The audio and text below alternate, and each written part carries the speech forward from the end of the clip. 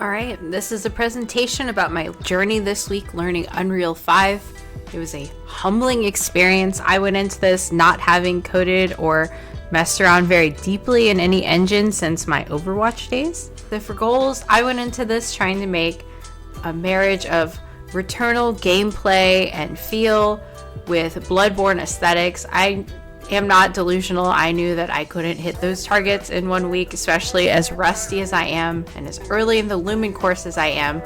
But just based on what the Lumen course aims to create, which is kind of returnally feeling, but with abilities and things like that, it didn't seem like too bad of a target for, maybe a month or two from now. So I was just trying to get the foundations in this week for that experience and for that look and feel.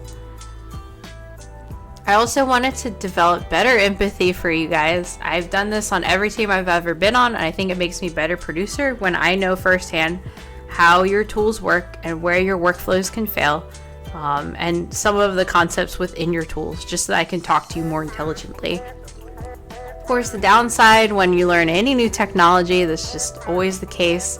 It's really fun to get all these new tools and be excited about them. It is a pain usually to get them set up, to get them configured the way that you like to work.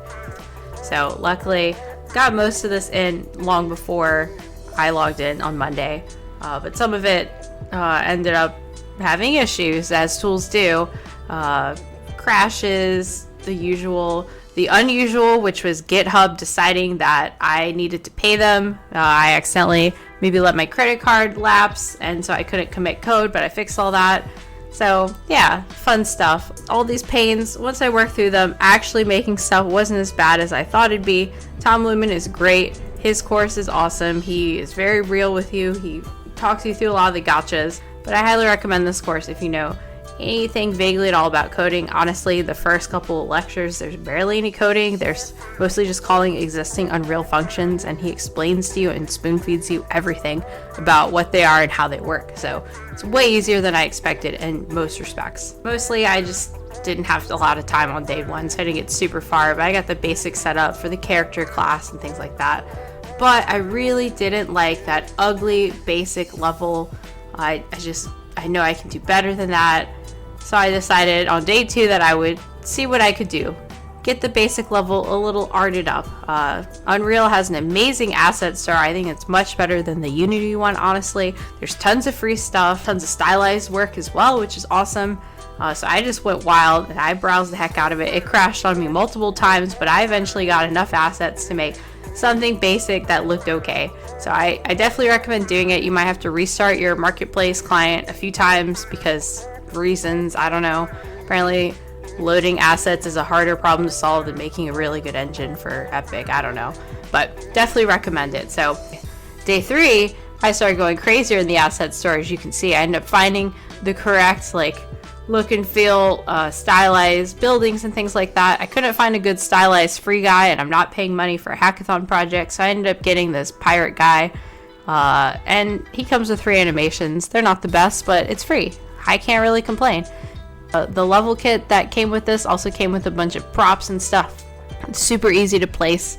You literally just drag and drop things around, maybe rotate them a little bit, and copy paste actually works in Unreal, which is awesome. So setting up a basic scene, not as bad as I thought it'd be, actually. The main issue I quickly discovered was lights. I could not get the lights to do what I wanted them to do. Again, going for Bloodborne, getting something else instead. I don't even know what this is. I don't know what setting I messed with.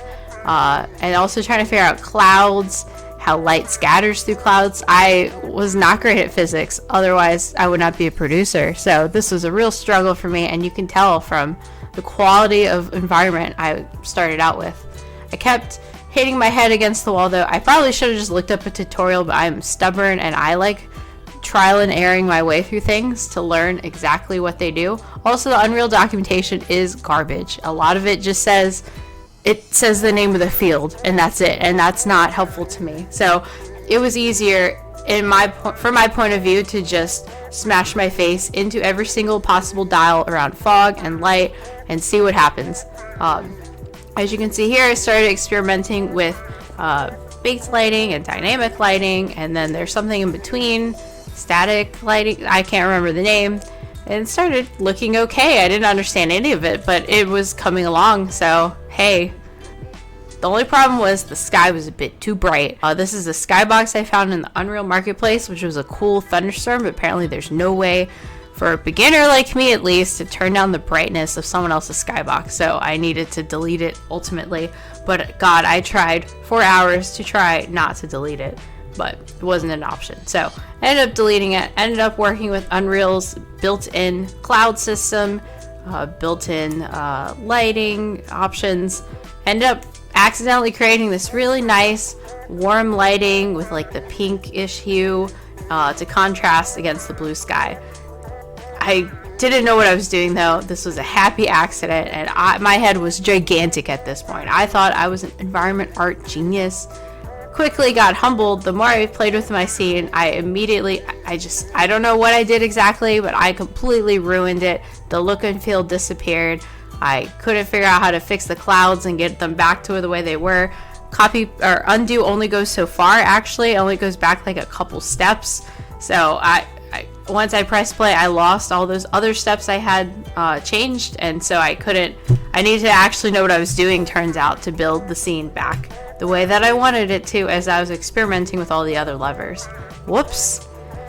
So day 4, I endeavored to get back to that warm lighting, and I actually ended up hitting it. Some of it was just figuring out this thing called Mie absorption, Rayleigh scattering. Don't ask me what those terms mean exactly, like physics-wise. I just know that if you change the colors correctly, you can get the right tones, and that if you move the levers up and down enough, you can end up with a pretty scene accidentally in-game. So that's what I did. It also worked on fixing the clouds and giving me a little more contrast in the sky. So I ended up being able to recreate the scene and make it a little bit better, honestly. Got a little light bloom in there. And then, unfortunately, Bandicam blows everything out when you record stuff with it. But I ended up figuring out particle effects and recorded this little progress vid of just like leaves falling from the sky. I'm super proud of this. I've never used particles before in any engine, and it just looks so nice. I love that feel. It's kind of cozy, a little bit whimsical. And then I decided, well, I should probably create a player character that can walk around and have a camera follow it, like the Tom Lumen course is trying to teach me to do, before I went off on this wild tangent with environment art. So I went back, started messing around with that. It went great. As you can see here from my guy laying on the ground as if he's at GDC right now. And by great, I mean I really struggled with this yesterday. I worked on this way past working hours because I wanted it to work so bad.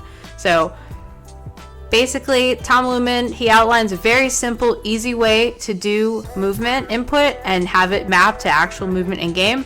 But fun fact, Unreal 5.1 deprecated that method. So that caused me a little panic. I wasn't able to get my character moving in game. I checked the comments as well, and Tom Lumen hasn't yet apparently covered this new input system and agrees that it's overly complicated, so that's unfortunate. So for a while, I just had a cool pirate guy with a camera behind him, unable to move, and I was extremely sad because I was making such great progress. Then I decided, screw it, I'm going to just try to make something else myself since I don't feel like learning this complicated input system. I started messing with my first blueprint. As you can see, it went horribly. I quickly confused myself. I didn't know what I was doing. A lot of methods sound like they should do certain things and they don't work the way that I expected, and the documentation for them sucks. So this was not the way to do it. I do not recommend messing around blindly. And eventually, I actually ended up discovering inputs don't matter. They were actually fine. The new enhanced input system works just fine with the old method. I don't know what that panicky comment was about. Maybe it was just asking for more detail, but I read it as those new inputs don't work with the old, and that's just not true, turns out. Turns out the reason my character wasn't moving is because of physics. I messed up. I had experimentally clicked on use physics as a checkbox on my character, and it turns out for some reason that makes him unable to move at all. One day I will go back and try to understand why that is, but for now I just turned it off. And so now I actually have a character in game who moves around. I also was able to figure out anim graphs, anim events, and get him to play out some of his Unreal Asset animations. Are they the best? No, not at all. Is there polish needed still? Yes, absolutely. But for now, I'm pretty proud of this. This is as far as I was able to get way too late at night last night, and I think it looks pretty good. It feels okay. I need to, again, do some more stuff with animation, dive into that deeper. I just frankly ran out of time. I think there's also room for improvement here around movement speed, making sprinting toggleable. But for now, I think this is pretty good. I'm pretty proud of this.